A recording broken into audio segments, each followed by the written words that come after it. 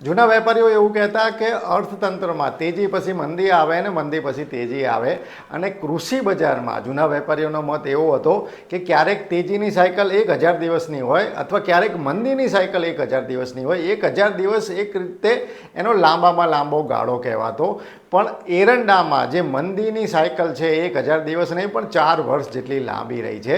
કારણ કે મેં જે તમને પહેલાં કહ્યું એ જૂના વેપારીઓ કહેતા, અને હવે વેપારીઓ જે છે કે વેપાર જે છે બદલાયો છે, ખેડૂતો બદલાયા છે.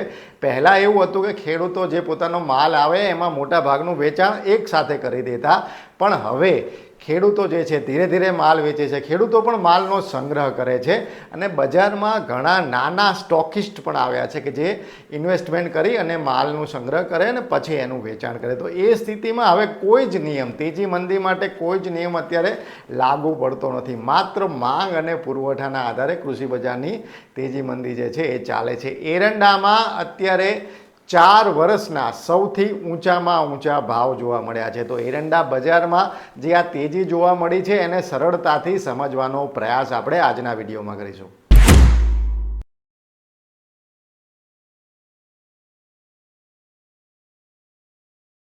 આપણે એરંડા બજારની વાત કરીએ એ પહેલાં આઈ ખેડૂતની એક મહત્ત્વની અપડેટ જાણી લઈએ. આઈ ખેડૂત અત્યારે તમે ઓપન કરશો તો ખેતીવાડી વિભાગમાં ઘણા બધા ઘટકો ફરીથી તમને ઓપન થયેલા જોવા મળશે. Tractor, rotavator, plough, shredder, thresher, cultivator, trailer, pump set સહિતના લગભગ બધા જે મહત્ત્વના ઘટકો છે એ ફરીથી તમને ઓપન થયેલા જોવા મળશે. પણ એમાં જે ખેડૂતો જે છે એમાં ઘણા બધો અસમંજસ છે કે અમે તો અરજી કરી નાખી છે, ફરતી અરજી કરવાની, શું કરવાનું. પણ આ મિત્રો જે ઘટકોમાં અમુક જિલ્લાઓમાં જે લક્ષ્યાંક નથી પૂરો થયો એમના માટે આઈ ખેડૂત પોર્ટલ ફરીથી ખોલવામાં આવ્યું છે. તો તમે કદાચ આઈ ખેડૂત પોર્ટલ પર આગળની પ્રોસેસ કરશો તો તમે જોશો કે જિલ્લા જે છે કદાચ તમને અમુક પ્રકારના જ જોવા મળે, અમુક જ જિલ્લા જોવા મળે. તો એ સ્થિતિમાં તમે એક વખત ક્રોસ ચેક કરી લો આપનો જિલ્લો ત્યાં છે નથી, અને પછી જે અરજીની સ્થિતિ છે, તમારી અરજીનું સ્ટેટસ શું છે. તમે જો અરજી નથી કરેલી તો પછી તમારે એ કરવા તરફ જે છે એ પ્રક્રિયા હાથ ધરવી જોઈએ. જો કરેલી છે અને તમારે તમારો જિલ્લો પણ નથી દેખાતો તો પછી આમાં તમારે બહુ એવી માથાકૂટ કરવાની જરૂર નથી. તો આઈ ખેડૂતની અપડેટ બાદ હવે આપણે એરંડા બજારની વાત કરીએ. એરંડાના ભાવ અત્યારે 1430 રૂપિયાની સપાટીને પાર પહોંચ્યા છે. આખી સિઝન દરમિયાન એરંડાના ભાવ 1250 રૂપિયાની સપાટીની આસપાસ રહ્યા, પણ વર્ષ 2026 જેવું જ ચાલુ થયું એવું જ એરંડામાં ધીમી ગતિએ જે છે એ સુધારો થવાની શરૂઆત થઈને છેલ્લા 1 મહિનાથી એરંડામાં સતત તેજી સાથે વેપાર થઈ રહ્યો છે. અત્યારે તમને સ્ક્રીન ઉપર જે ચાર્ટ જોવા મળી રહ્યો છે એ એરંડાના વાયદાનો છેલ્લા 1 મહિનાનો ચાર્ટ છે. એમાં તમે જોઈ શકશો કે સતત તેજી સાથે વેપાર થઈ રહ્યો છે. અત્યારે એરંડાના ભાવ 4 વર્ષની ઊંચી સપાટીએ પહોંચી ગયા છે. વર્ષ 2022માં એરંડાના ભાવ 1500 રૂપિયાની સપાટીની નજીક પહોંચ્યા હતા. એ બાદ એ સ્તરેથી એરંડામાં ઘટાડો થવાની શરૂઆત થઈ અને લાંબા સમયથી એરંડામાં સતત મંદી સાથે વેપાર થઈ રહ્યો છે, અને ફરી એરંડાના ભાવ 1500 રૂપિયાની સપાટીની નજીક પહોંચ્યા છે. એટલે વર્ષ 2022 અને અત્યારે ચાલી રહ્યું છે વર્ષ 2026.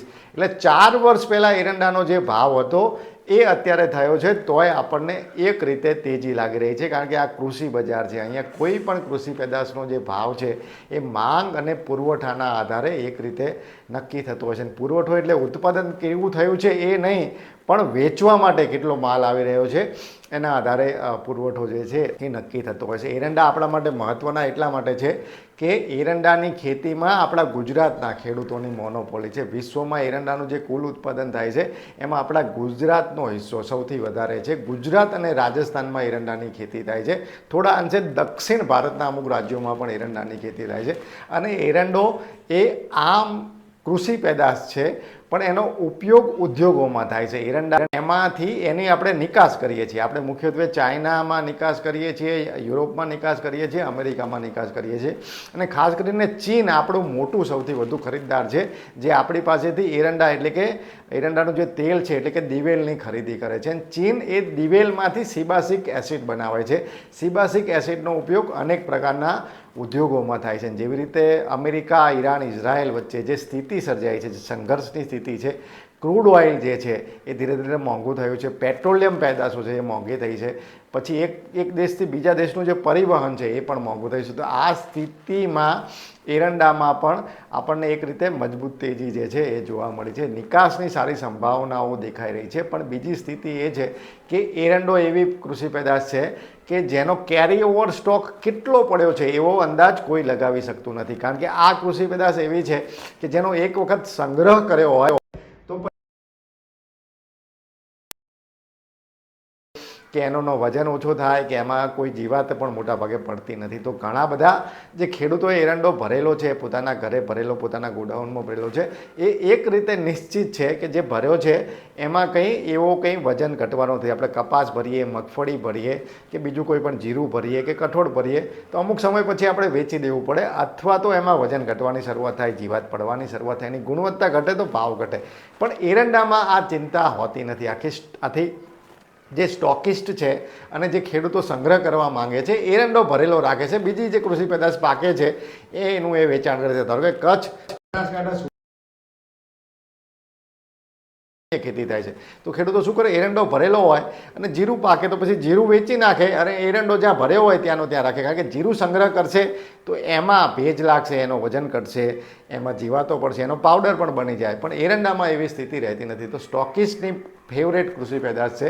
એટલે એરંડો કેટલો ભરેલો છે, કયા ગામમાં કેટલો એરંડો છે એનો અંદાજ લાગી શકતો નથી.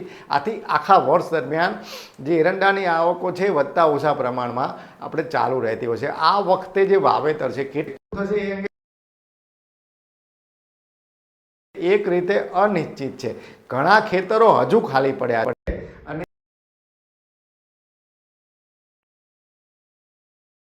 તો 15 સપ્ટેમ્બર સુધી સામાન્ય રીતે ખેડૂતો એરંડાનું વાવેતર કરતા હોય છે.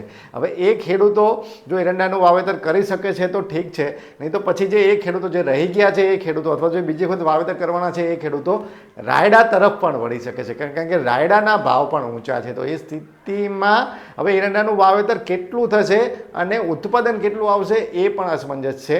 અને જે નવું ઉત્પાદન છે એ તો જાન્યુઆરી મહિના આસપાસ ચાલુ થતું હોય છે. તો એ સ્થિતિમાં અત્યારે જે છે એ કેરી ઓવર સ્ટોકના આધારે બજાર ચાલી રહ્યું છે. અને એરંડો પણ, જીરામાં આપણે વાત કરતા હોઈએ છીએ કે માનસિકતાના આધારે બજાર ચાલે છે, એરંડામાં પણ એક રીતે માનસિકતા ઘણી વખત આવી થતી, ઘણી વખત માનસિકતાના આધારે ચાલતું હોય છે.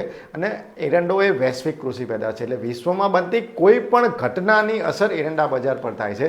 તો તેજી પણ થઈ શકે અને મંદી પણ થઈ શકે. તો આ માહિતીના આધારે તમારે એરંડાનું વેચાણ કરવું કે એરંડાનો સ્ટોક કરવો એ અંગેનો કોઈ નિર્ણય ન લેવો. તમારી જે બુદ્ધિ જે છે, તમારી તર્ક બુદ્ધિ શું કહે છે અને તમારી આર્થિક જોખમ સહન કરવાની ક્ષમતા કેવી છે એના આધારે તમારે નિર્ણય લેવો. મારી પોતાની વાત કરું તો મારી પાસે હજુ જે ગઈ સિઝનમાં અમારે ઉત્પાદન થયું હતું એ સ્ટોક હજુ વેચાયા વગરનો પડ્યો છે. તો આ સ્થિતિમાં તમે શું નિર્ણય લેશો એ મને જણાવજો. એરંડાના વાવેતરની શું સ્થિતિ છે એ પણ મને જણાવજો. આ વિડીયોમાં બસ આટલું જ. ફરી ઝડપથી મળીશું નવા વિષય સાથે. જોડાયેલા રહો એગ્રી સાયન્સ સાથે. જય કિસાન.